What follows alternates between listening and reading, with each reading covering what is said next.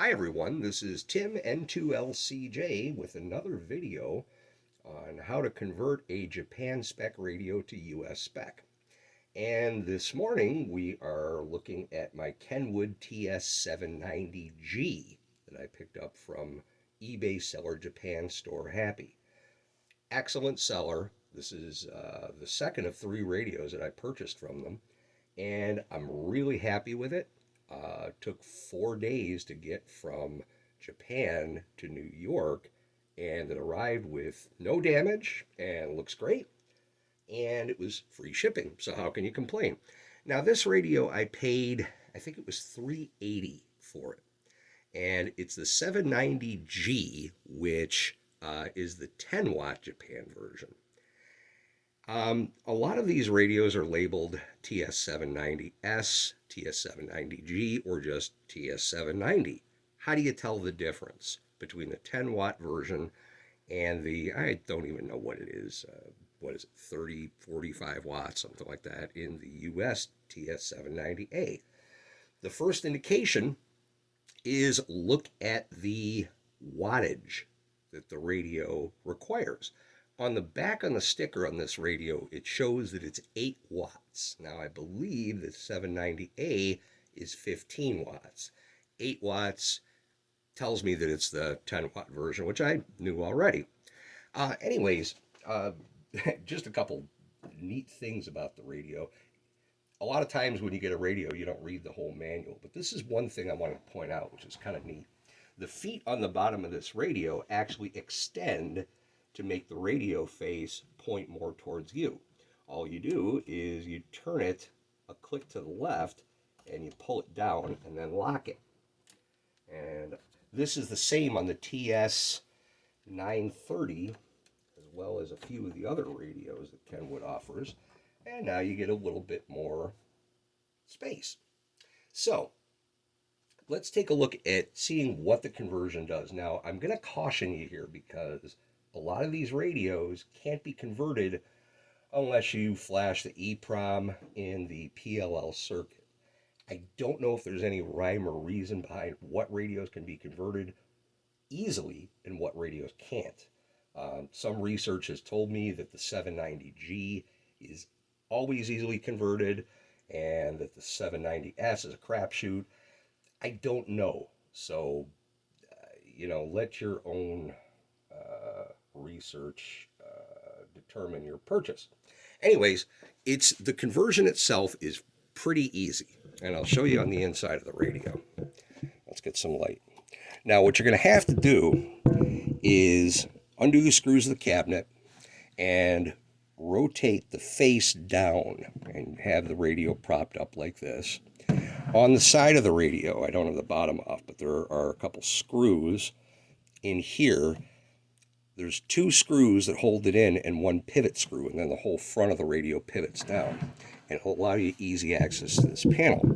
Now, the panel on the inside, there is a couple screws over here and in here, and there's a couple down the bottom. And you tilt this PLL board forward. What you're going to be concerned with is this diode setup right here, okay? Now, when I got the radio, the diode was hooked to D17.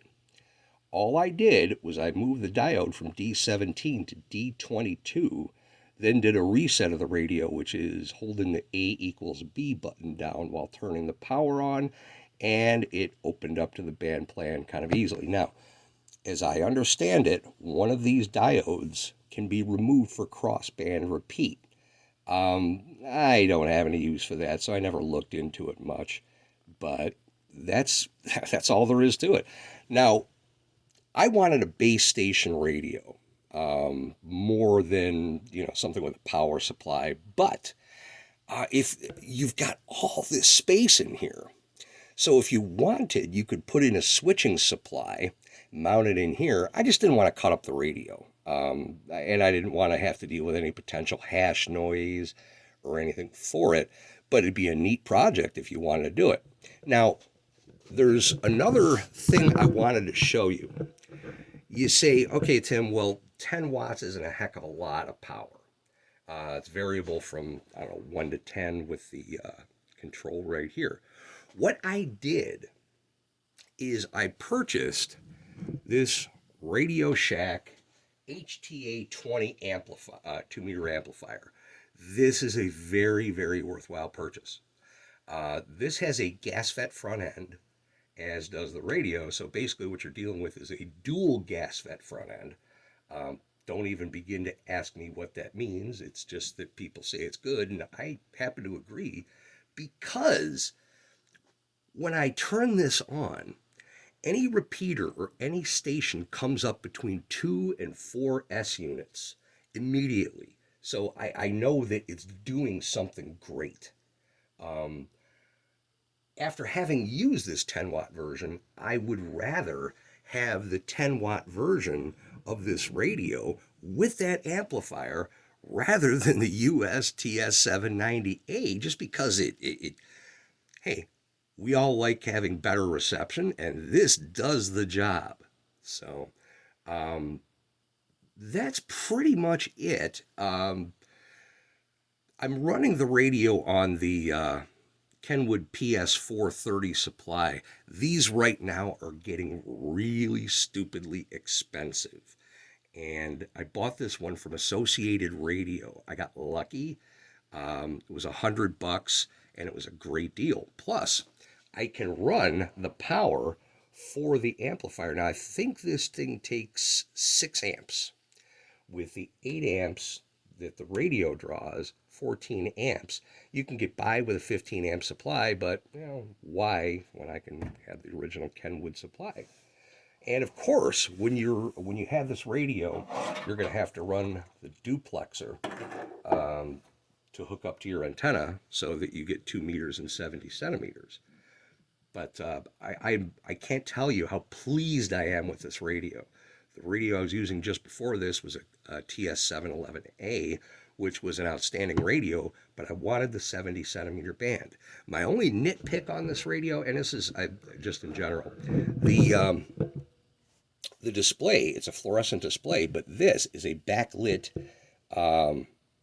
LCD. So if you look at it from certain angles, it looks like everything's lit up and there's something wrong. I don't know, but other than that, I'm extremely pleased with this radio, and I highly recommend it.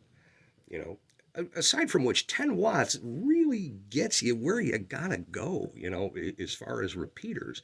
Now, this radio, I've never used it on sideband. Sideband's not real active around here, but it's something that I will eventually do.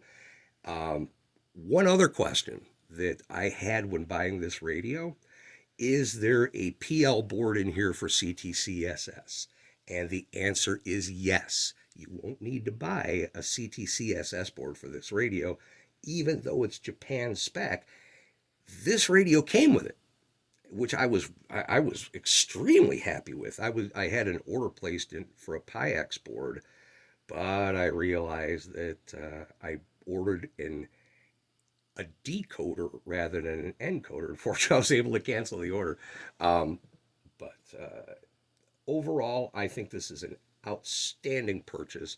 If you work 2 meters a lot, this is the radio you really have to have. I've had dozens of different VHF radios, and this is far and away the best radio that I have ever used. And the only thing that stinks about it, there's nowhere else to go. When you upgrade and you reach the TS-790, you say, okay, I'm going to stop now. So I hope that I've been of some help in your decision to buy a radio from Japan. Just make sure you do your research about the PLL. And there's really not a lot online to tell you if all the 790Gs can be done, or some 790Ss or whatever. But for the price they're selling for compared to the US market model, unless you get really lucky, it's well worth it. Because if you're going to spend $800 on one of these radios, you're kind of getting into the price of a TS-2000, which, is a lot more radio. I don't know if it's a better radio because I've never used one. but it's always a price point to consider. Anyways, thanks for watching my video and hope you enjoyed it. Have a great day. See you on the air.